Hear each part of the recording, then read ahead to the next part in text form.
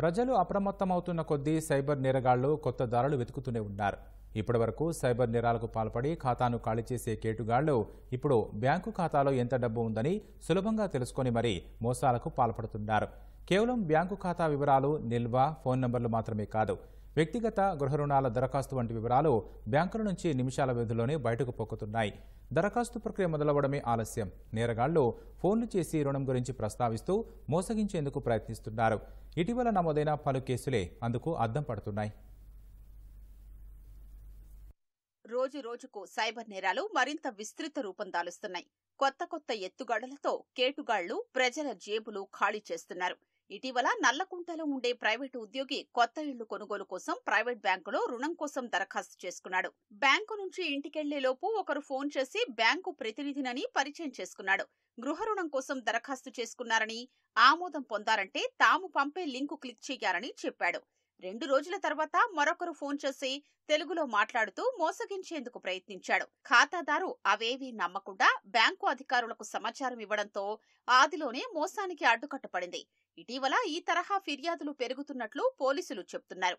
అయితే ఆ వ్యక్తిగత సమాచారం ఎలా బయటకు వస్తోందో వినియోగదారులకు అర్థం కావట్లేదు. గతంలో కేవలం పేరు, బ్యాంకు ఖాతా, డెబిట్, క్రెడిట్ కార్డు నంబర్ల వంటి పాత సమాచారం ఆధారంగా సైబర్ మోసాలు జరిగేవి. ఇటీవల కొంతకాలంగా రుణాలు, బీమా దరఖాస్తు వంటి వివరాలతో డబ్బు కొల్లగొడుతున్న ఫిర్యాదులు వస్తున్నట్లు పోలీసులు చెబుతున్నారు. బ్యాంకుకు రావాల్సిన అవసరం లేకుండా రుణాలు జారీ చేస్తామని ప్రకటించడం, ఖాతాదారులు తేలిగ్గా నమ్మి నేరగాళ్లకు దొరికిపోతున్నారని స్పష్టం చేస్తున్నారు. రుణం మంజూరు కోసం ఖాతాదారులు ఆశగా ఎదురు చూస్తూ ఉండడాన్ని సైబర్ నేరగాళ్లు అవకాశంగా చేసుకుని రుణ దరఖాస్తు తమ దృష్టికొచ్చిందని మోసగిస్తున్నట్లు తెలిపారు.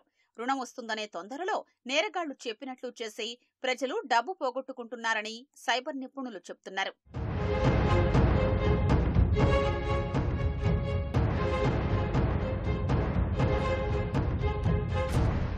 సైబర్ నేరగాళ్లు ఖాతాదారుని లక్ష్యంగా చేసుకోవడానికి డేటా నిర్వహణలో బ్యాంకు డొల్లతనమే ప్రధాన కారణమన్న అభిప్రాయం వ్యక్తమవుతోంది.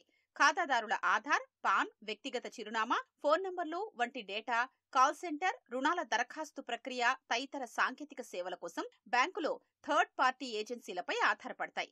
రుణం ఇవ్వడం బ్యాంకు పనే అయినా అందుకు సంబంధించిన సాంకేతిక పరిశీలన, దరఖాస్తు ప్రక్రియని థర్డ్ పార్టీ ఏజెన్సీలు చూస్తూ ఉంటాయి.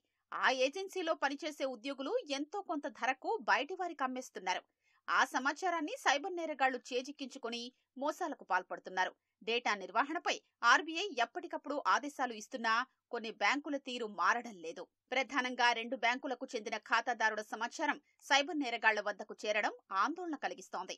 దేశంలోనే అతిపెద్ద బ్యాంకులైన ఎస్బీఐ, హెచ్డీఎఫ్సీ ఖాతాదారులే లక్ష్యంగా సైబర్ ముఠాలు మోసాలు చేస్తున్నట్లు నివేదికల ద్వారా వెల్లడవుతోంది. కేంద్ర హోంశాఖ ఆధ్వర్యంలోని సైబర్ సేఫ్ సంస్థ గత అక్టోబర్లో ఫోన్ ద్వారా బ్యాంకింగ్ పేరిట జరిగిన మోసాల్ని విశ్లేషించింది. దేశవ్యాప్తంగా బాధితుల్లో ఎస్బీఐ ఖాతాదారులు ఎక్కువ మంది ఉంటే 2వ స్థానంలో హెచ్డీఎఫ్సీ ఉంది. 2023 అక్టోబర్లో దేశవ్యాప్తంగా 8,760 మోసాలు జరిగితే అందులో 2,624 ఎస్బీఐ, 1,299 మంది హెచ్డీఎఫ్సీ ఖాతాదారులు బాధితులుగా ఉన్నారు. సుమారు 45% మోసాలు ఆ 2 బ్యాంకుల ఖాతాదారులే లక్ష్యంగా జరిగినట్లు అధ్యయనంలో తేలింది. ఈ తరహా మోసాలు ఢిల్లీ, హర్యానా నుంచి ఎక్కువగా జరుగుతున్నట్లు పోలీసుల దర్యాప్తులో తేలింది. వినియోగదారులు జాగ్రత్తలు పాటించడం తప్పనిసరని పోలీసులు చెబుతున్నారు. రుణం కోసం దరఖాస్తు చేస్తే ఆమోదానికి బ్యాంకులు వెబ్ లింకులు పంపవన్న విషయం గ్రహించాలని సూచిస్తున్నారు. బ్యాంకు కేంద్రీయ బ్రాంచ్ నుంచి ఫోన్ చేశామని చెప్పినా నమ్మొద్దన్న పోలీసులు ఏదైనా సందేహాలు ఉంటే నేరుగా బ్యాంకుకు వెళ్లడం మంచిదని సూచిస్తున్నారు.